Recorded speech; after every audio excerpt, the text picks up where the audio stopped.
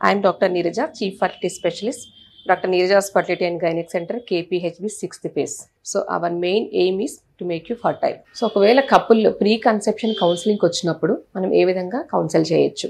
జనరల్గా వీళ్ళు detailed history important.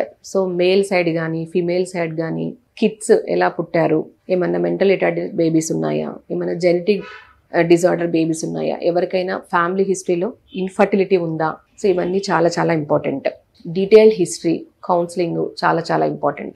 So వీళ్ళిద్దరికి మనం బ్లడ్ టెస్ట్లు గైడ్ చేస్తాం. సో బ్లడ్ టెస్ట్ల ద్వారా ఒక స్కానింగ్ గైడ్ చేస్తాము.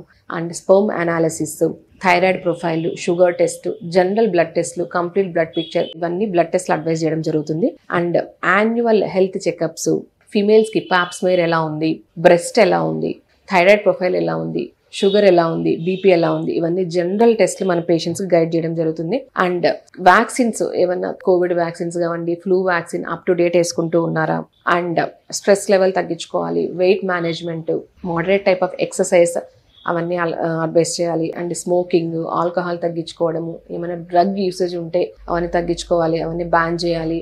And know your fertile days, regular cycles వాళ్ళకి ఓవులేషన్ ఎప్పుడు జరుగుతుంది దాన్ని బట్టి సెక్షువల్ ఇంటర్కోర్స్ ప్లాన్ చేసుకోవాలి. అండ్ కొంతమంది ఎక్స్రే రేడియేషన్కి ఎక్స్పోజ్ అయ్యే ప్లేసెస్లో పనిచేస్తూ ఉంటారు. సో ప్రెగ్నెన్సీ ప్లాన్ చేసుకునే వాళ్ళు ఈ రేడియేషన్ ఎక్స్పోజర్ డేంజరస్ కాబట్టి ఆ ప్లేసెస్ అవాయిడ్ చేసుకోమని చెప్తుంటాం. సో ఇవన్నీ కొన్ని టిప్స్ బిఫోర్ ప్రెగ్నెన్సీ ప్లాన్ చేసుకునే వాళ్ళకి ప్రీ కన్సెప్షన్గా మనం ఇవన్నీ గైడ్ చేస్తూ ఉంటాం. Thank you.